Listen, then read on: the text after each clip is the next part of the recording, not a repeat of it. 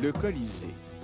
Dans la Rome antique, c'était là qu'on se réunissait pour assister à des combats de gladiateurs, à des luttes entre hommes et animaux ou aux martyrs des chrétiens. On croit que le Colisée pouvait accueillir 50 000 spectateurs. C'était l'immeuble le plus imposant de son époque.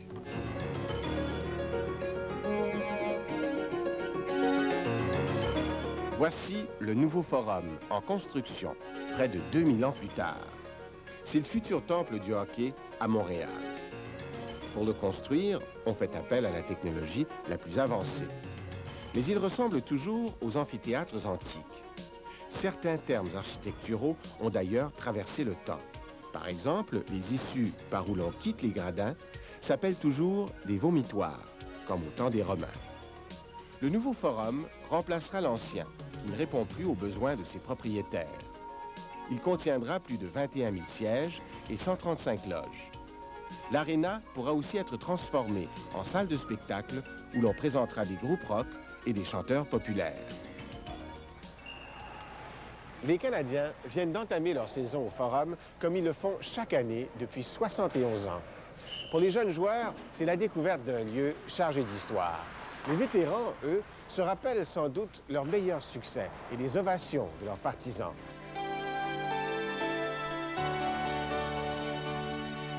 Depuis 1944, les Canadiens n'ont jamais passé plus de 7 ans sans gagner la Coupe Stanley. En tout, ils l'ont gagné 24 fois, beaucoup plus que toute autre équipe de la Ligue nationale. Les murs du Forum sont imprégnés de ces souvenirs. À son inauguration, en 1924, le Forum contenait 9000 sièges. Les rénovations subséquentes ont porté le nombre de sièges à 16 000. Devant des foules en délire, les héros du hockey ont fait ici leur plus beau coup. Impossible d'oublier la force et la détermination du Rocket, Maurice Richard, un des plus grands joueurs de tous les temps. Et que dire de la finesse et de la virtuosité de Jean Béliveau.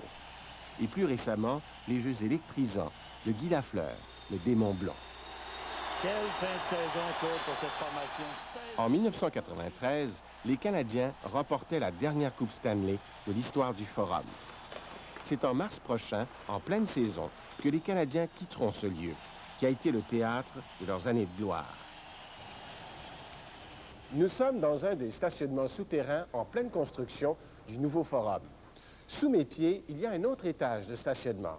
Jusqu'à 600 véhicules pourront se garer ici. Juste au-dessus de ma tête, on trouve la patinoire. Dans la plupart des autres arénas, comme l'ancien Forum, la glace est posée directement sur le sol. Pour construire cette patinoire suspendue, les ingénieurs ont dû faire appel à des techniques inhabituelles. En décembre dernier, on a coulé la dalle de béton qui sert de plafond au sous-sol. Le béton se déforme toujours un peu après avoir été coulé. Il faut attendre 1 an avant que la dalle prenne sa forme finale. Plusieurs couches de matériaux seront posées sur cette dalle. Sur le dessus, la chape, une dalle de béton qui sera aussi lisse qu'un miroir. C'est dans la chape que le système de réfrigération sera encastré. Il suffira de l'arroser pour que la glace se forme. Pour éviter la formation de glace au plafond du sous-sol, on installera une tuyauterie chauffante dans une autre dalle de béton. Une épaisse couche d'isolant séparera le système de réfrigération du système de chauffage. Une des grandes qualités du Forum, c'est le sentiment d'intimité qu'on a avec les joueurs. Grâce à la pente raide des gradins, on est toujours assez proche de l'action. Le nouveau Forum a un volume 2 fois plus grand. Mais on veut quand même conserver ce sentiment d'intimité. Chaque siège est placé de façon à être le plus près possible de la glace. Tout en haut, la perspective est vertigineuse. En bas de ces marches, les plans prévoyaient un garde-corps pour empêcher que les gens ne tombent en descendant l'escalier. On va installer ce petit mur ici bientôt. Et puis, on a aussi fait appel à un logiciel qui a simulé en 3 dimensions la vue qu'on a de ce siège. On a alors constaté que le garde-corps cachait la vue de plusieurs spectateurs. On a donc modifié la conception du garde-corps de façon à ce qu'il ne bouge plus la vue. Grâce à ce logiciel, on a sauvé du temps et de l'argent. en modifiant les plans avant même d'entreprendre la construction.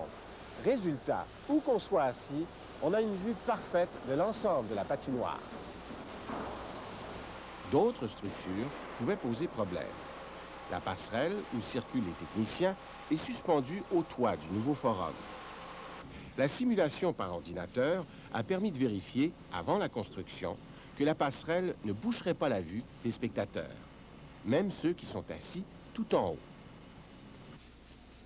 Pendant la conception du nouveau forum, les ingénieurs et les architectes ont travaillé avec un système informatique qui leur permettait d'échanger des données d'un ordinateur à l'autre.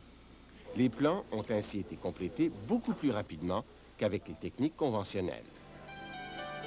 Le compte à rebours est commencé. Bientôt, les Canadiens s'installeront pour de bon dans leur nouvelle aréna.